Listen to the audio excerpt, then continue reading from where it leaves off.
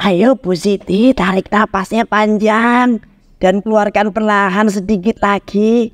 Nak, bayinya sudah mau keluar, jangan menyerah. Aduh, sakit sekali, aku tak kuat lagi, tolong bantu aku Bu. Siti, nak, kuatkan dirimu. Semua ibu juga melewati rasa sakit ini. Ingat ini demi anakku, cucu ibu.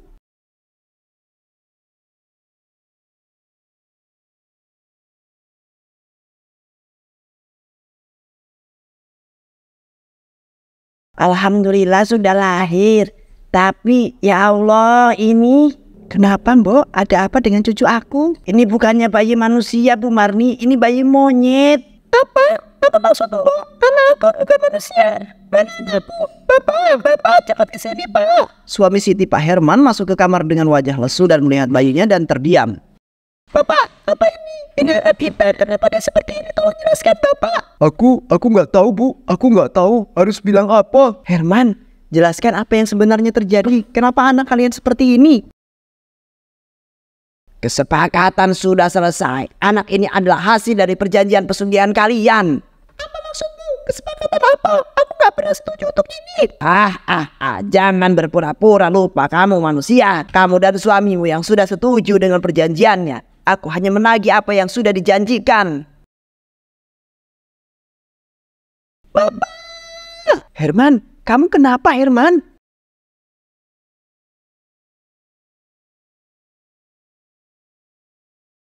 Innalillahi wa innalillahi rojiun.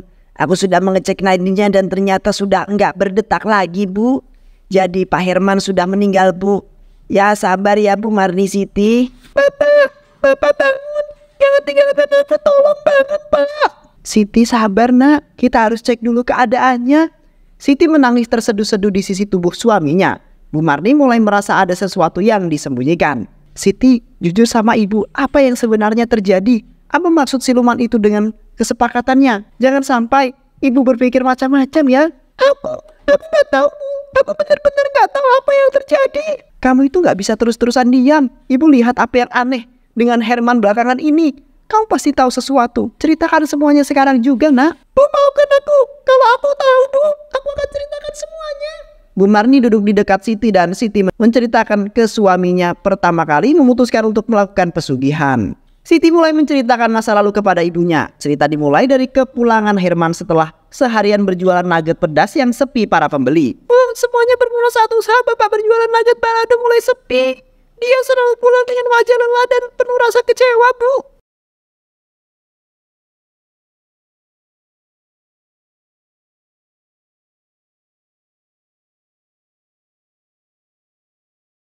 Ibu, Bapak pulang.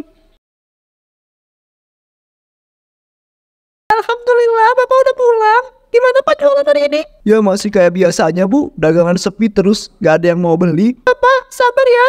Sabar dulu. Ini hanya soal waktu. Namanya usaha pasti ada naik dan turunnya. Sabar, sampai kapan aku harus bersabar Bu? Kita butuh uang. Ibu tahu sendiri, uang kita itu udah hampir habis. Lihat hari ini aku cuma dapat segini Bu. Ya apa-apa Pak. Uang segini aja udah lebih daripada cukup. Yang penting Bapak jangan menyerah aja.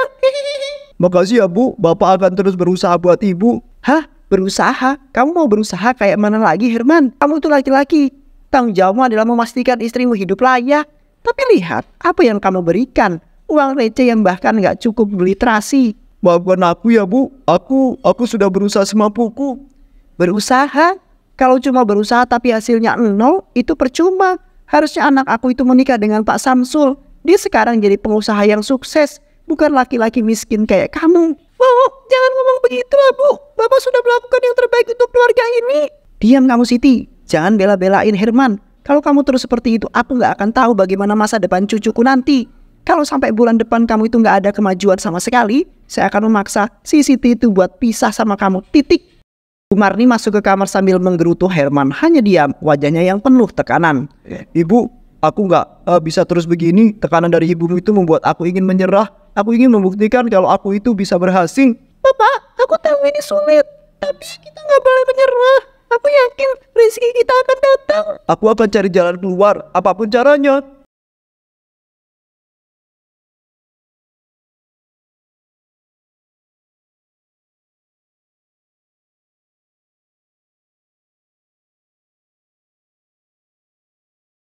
Keesokan harinya Herman berjualan seperti biasanya.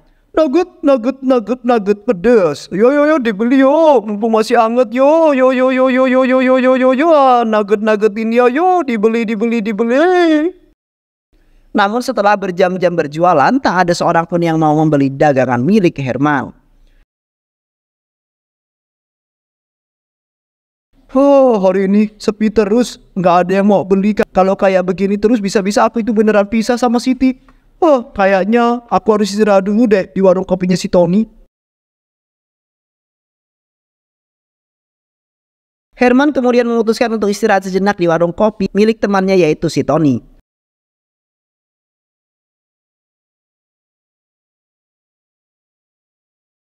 Herman, kamu kok kelihatan kusut banget sih? Ada masalah apa? Tony, aku sudah nggak kuat, dagangan sepi, uang habis, dan ibu mertua aku terus-terusan menghina aku. Aku ini cuma suami yang nggak berguna, Tony. Jangan ngomong kayak gitu kamu. Masih punya kesempatan untuk sukses loh. Kesempatan apa? Aku sudah mencoba semuanya. Rasanya dunia ini tidak berpihak sama aku. Herman, aku tahu satu cara agar cepat untuk menjadi orang yang kaya. Tapi ini bukan untuk semua orang ya. Cara apa itu, Ton? Kalau memang bisa membantu aku keluar dari sebuah masalah ini, aku mau coba deh. Pesugihan. Aku kenal dengan seorang dukun yang bisa membantu, tapi ada syaratnya dan itu tidak main-main, Herman. Herman terdiam mempertimbangkan saran dari Tony, namun rasa putus asanya mulai membuatnya tertarik.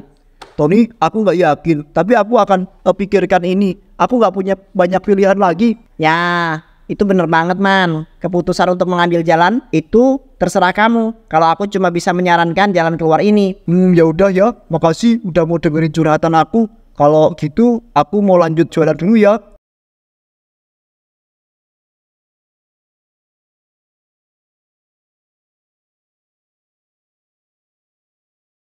Malam harinya Herman menceritakan saran Tony kepada sang Siti. Mereka duduk di ruang tamu. Ibu, hari ini aku bertemu Tony. Dia memberi aku saran untuk melakukan suatu hal yang berbeda. Apa maksud kamu, Pak? Apa yang Tony katakan? Dia menyarankan aku untuk melakukan pesugihan. Katanya ada seorang dukun yang bisa membantu kita jadi orang kaya. Pesugihan? Bapak, kamu sadar apa yang kamu katakan itu bisa membahayakan kita loh, Pak.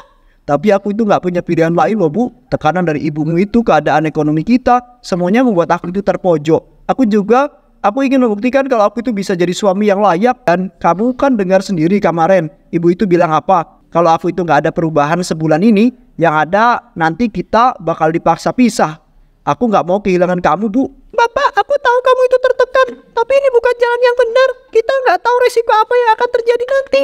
Ibu, aku mohon. Aku butuh dukungan kamu. Aku janji ini demi kita dan masa depan keluarga kita nanti. Tapi Pak, ya udah, terserah deh. Ibu mau gimana? Yang penting sekarang mau nggak mau aku tetap akan melakukan pesugihan ini. Ya udah deh, Pak. Kalau begitu aku ngikut keputusan Bapak aja.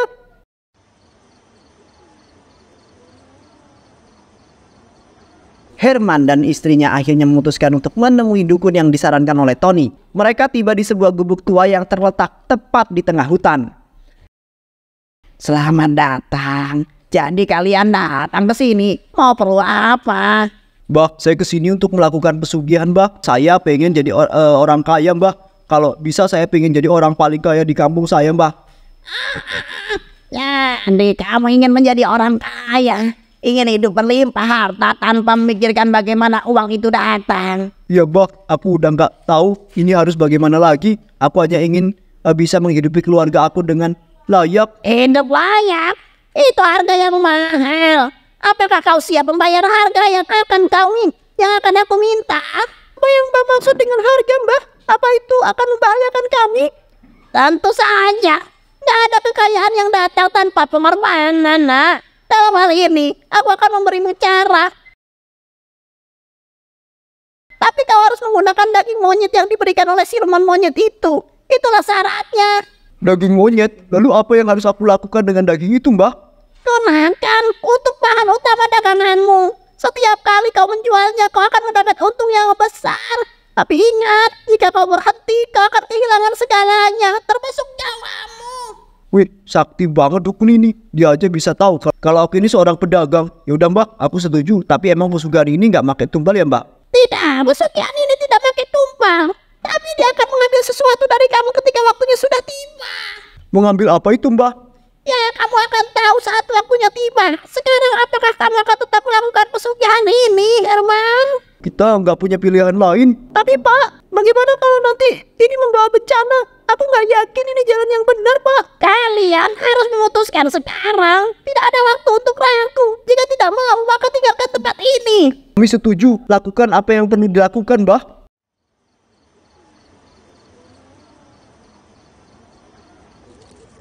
Herman dan Siti berada di dapur rumah mereka. Sebuah wadah besar berisi daging monyet tergeletak di atas meja, sementara Siti nampak gelisah. Bapak, apa kita benar-benar menggunakan daging ini? Aku merasa tidak nyaman sejak kita bawa pulang dari tempat dukun itu. Rasanya seperti ada yang mengawasi, Pak. Ibu, aku juga nggak suka, tapi di jalan satu-satunya aku udah janji sama siluman itu. Kalau kita nggak mulai sekarang, apa yang bakal terjadi sama kita? Aku nggak mau keluarga kita itu kenapa-napa, Bu. Tapi Bapak, ini daging monyet. Bagaimana kalau orang tahu? Bagaimana kalau mereka sakit? Aku nggak mau anak kita itu nanti tumbuh tanpa kedua orang tuanya. Karena kesalahan kita, Pak. Dengar ya, Ibu, aku itu janji hanya sementara. Begitu kita kumpulkan uang yang cukup, kita berhenti. Kita ganti dengan bahan yang halal. Tapi sekarang aku butuh dukunganmu, Bu. Tanpa Ibu, aku itu nggak bisa melakukannya. Aku takut, Pak. Aku takut semua ini akan membawa bencana lebih besar. Tapi aku juga nggak mau Bapak merasa sendirian. Aku akan bantu, tapi tolong Bapak ingat janji kita untuk berhenti nanti ya, Pak. Terima kasih ya, Bu. Aku janji nanti ini semua hanyalah sementara. Ayo kita mulai.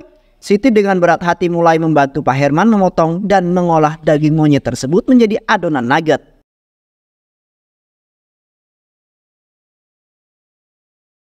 Bapak, kenapa nugget ini baunya beda ya? Aku nggak tahu apa karena ini daging monyet atau memang ada sesuatu yang aneh. Entahlah, Bu. Mungkin karena ini baru pertama kali kita pakai daging monyet. Nanti kita tambahkan bumbu lebih banyak supaya baunya hilang. Semoga aja nggak ada yang curiga ya. Aku benar-benar nggak tenang, Pak. Tapi sekarang kita harus fokus. Kita harus pastikan nugget ini jadi enak supaya orang-orang itu mau beli.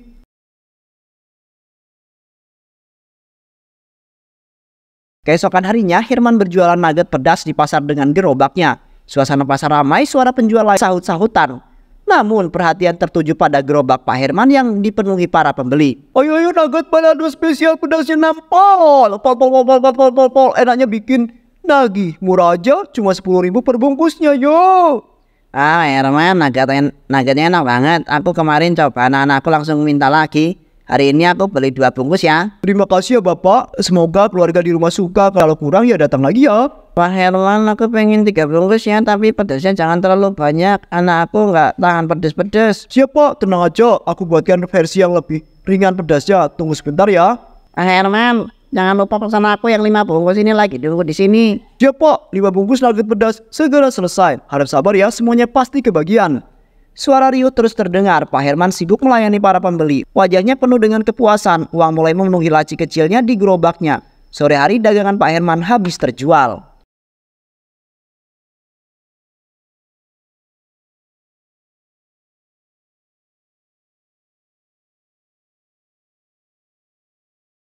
Alhamdulillah, hari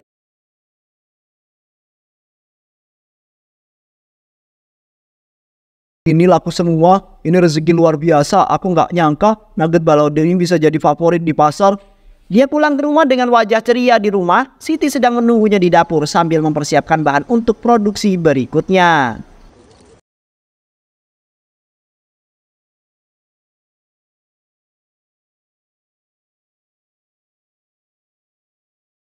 Bu, assalamualaikum, Bu. Bapak pulang. Bu, Ibu di mana toh? Bu Siti kemana ya? Bu Siti kemana ya? Berisik amat sih, kayak monyet aja. Kalau kamu mau nyari Siti, ada di dapur no.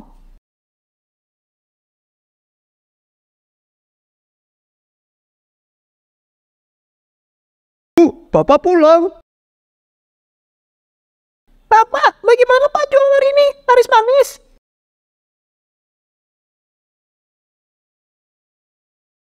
Lihat ini, Bu, semua nugget habis terjual. Uang ini cukup untuk kebutuhan kita selama seminggu. Bi, aku benar-benar nggak nyangka kalau pesugihan dari dukun itu benar-benar berhasil, Bu. Oh iya Pak, aku juga berpikir kalau pesugihan itu manjur. Tapi emang ini benar-benar aman ya Pak. Kalau kita tetap melakukan pesugihan ini, semenjak aku pulang dari dukun itu aku terus kepikiran loh Pak. Aku nggak tenang. Walau udahlah, Bu, nggak usah terlalu dipikirkan. Yang penting kita bakal jadi orang kaya dan ibu kamu itu nggak akan menghina kita lagi. Dia aku bisa terus bersamamu deh. Tapi ngomong-ngomong, ibu lagi buat apa ini? Aku lagi nyiapin bahan dagangan buat besok. Tapi ini pakai daging monyet dari Mbak Dukun kemarin kan?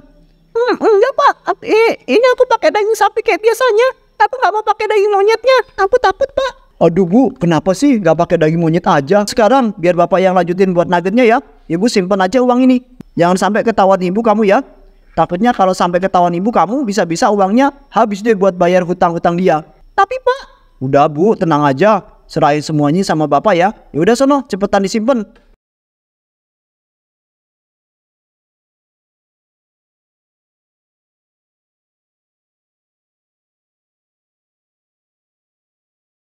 Istri kemudian pergi. Sejak saat itu Herman terus menunaikan pesugihan daging monyet itu untuk berjualan.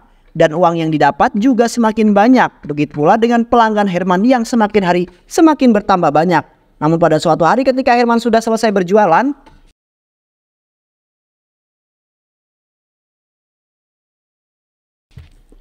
wah gila sih, habis juga semua daganganku hari ini. Padahal aku bawa kali lipat daripada yang biasanya. Kalau kayak gini terus aku bisa jadi orang kaya deh. Tapi kayaknya besok-besok aku nggak perlu jual keliling lagi deh. Soalnya sampai jual keliling, mending aku buka warung nugget aja di rumah. Ya udahlah, itu didiskusikan sama ibu dulu deh. Sekarang aku mau pulang dulu. Udah malam banget soalnya. Namun suasana tiba-tiba menjadi seram, banyak kabut yang muncul di sekitar Herman. Loh, kok suasana ini jadi seram begini? Aduh, kenapa ya? Mana sendirian lagi? Gak ada yang lewat. Makhluk kemudian muncul. Wah, sekarang sudah waktunya Herman. Oh, siapa kamu? Kenapa kamu ganggu aku? Pergi, kamu pergi. Aku adalah Raja Monyet Herman. Aku adalah makhluk pesugihan yang kamu setujui Herman. Dan daging monyet yang kamu gunakan untuk berjualan, itu adalah dagingku Herman. Sekarang kamu harus membayarnya. Wah, membayar apa? Apa yang kamu maksud? Aku akan mengambil tubuhmu Herman. Oh, tidak. Setan itu pun kemudian merasuki tubuh Herman dan berperilaku seperti Herman yang biasanya. Setelah merasuki tubuh Herman, setan itu pun pulang ke rumahnya Herman.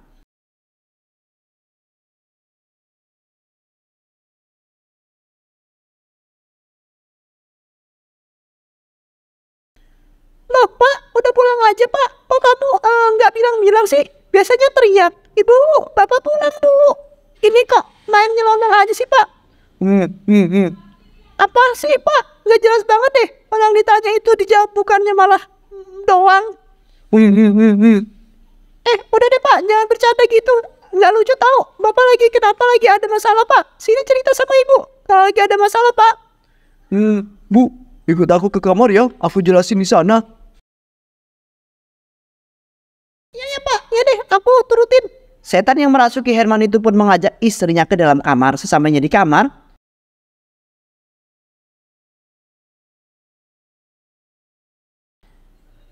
Nah, udah di kamar nih pak. Sekarang bapak ceritain ada apa sebenarnya.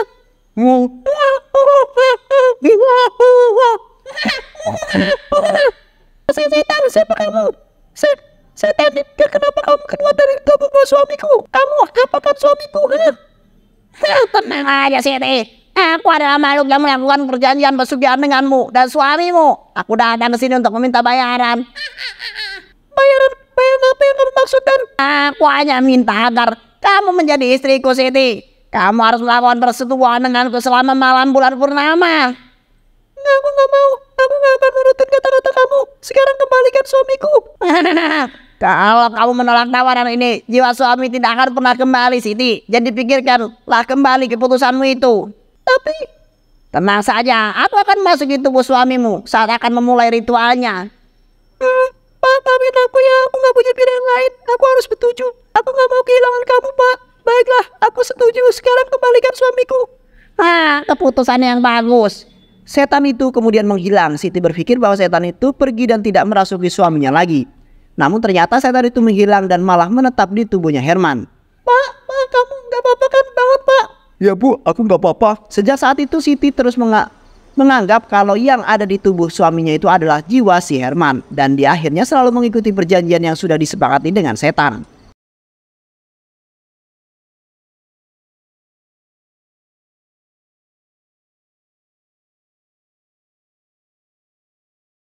Pak, maafin aku ya Pak. Aku seharusnya nggak membiarkan Bapak melakukan pesugihan ini Pak. Aku juga seharusnya nggak pernah menyetujui perjanjian dengan setan itu Pak. Maafin aku ya Pak, aku menyesal Pak.